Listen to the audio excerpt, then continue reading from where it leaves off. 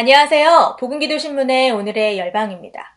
트위터에서 마르크스주의자의 계정이 시작한 일명 성직자 화형 해시태그가 일파만파 번지고 있는데도 트위터 측이 아무런 조치를 취하지 않고 있습니다. 반면 기독교인들의 예배와 찬양 게시글은 검열을 하거나 계정을 폐쇄하고 있다고 크리스천 포스트가 최근 보도했습니다. 트위터 사용자들은 스페인어로 성직자에게 불을 지른다는 해시태그가 증오를 부추기며 폭행, 괴롭힘, 기타 유사한 행동에 대한 회사의 규칙을 위반했다고 주장했지만 트위터 측은 이를 제재하지 않고 있는 것으로 전해졌습니다. 미국 가톨릭 계통 온라인 신문 크룩스에 따르면 이 해시태그는 스페인의 교육 시스템 개혁을 지지하는 마르크스주의 지지단체들에 의해 시작됐으며 공립학교의 종교 교육을 국가가 통제하라고 주장하고 있습니다. 이 해시태그는 가톨릭 사제복장의 머리 부분이 불타고 있는 이미지와 함께 게시됐는데요. 당신이 불태우지 못했던 마녀의 딸들이란 필명의 한 트위터 사용자는 빛을 내는 교회란 불타는 교회만이 있을 뿐이라는 글과 함께 이 게시물을 올렸습니다. 온라인 신문 크룩스는 이 단체가 요구하는 일명 셀라법이 종교교육에 미치는 영향과 더불어 전문가들의 강력한 반대에도 불구하고 신체적 또는 정신적 장애를 가진 특수 아동을 위한 전문 학교들을 폐쇄하는 것을 골자로 하고 있다고 밝혔습니다. 반면 트위터는 지난 6월 미국 거리예배 사역자인 숀 푸트가 올린 예배와 찬양을 담은 게시물을 검열하고 성경 구절을 공유한 캘리포니아 베딩의 베델교회 원로 목사인 베니 존슨의 계정은 폐쇄했습니다. 존슨은 자신의 트위터에 악을 버리고 선을 행하며 화평을 찾아 딸을 지어다라는 시편 34편 13절을 공유했지만 이 게시물은 이 트윗에는 민감한 내용이 포함되어 있을 수도 있다는 문구와 함께 차단됐습니다. 지난 22일 스페인에서는 여러 지역에서 수만 명의 사람들이 이 셀라법에 항의했다고 월드 투데이 뉴스가 보도했는데요. 이 법안은 학교가 6세 이하의 어린아이들에게 성교육과 성적 다양성을 가르칠 수 있도록 허용하고 있습니다. 또 이 법안은 종교단체가 운영하는 공립 및 사립학교의 재정 지원을 제한하고 있습니다. 기독교에 대한 적대감이 날로 더해가고 있는 이 땅의 현실을 불쌍히 여겨주시고 소셜미디어에서 교회에 대한 적대감을 심어놓는 악한 세력을 파해달라고 기도해주세요.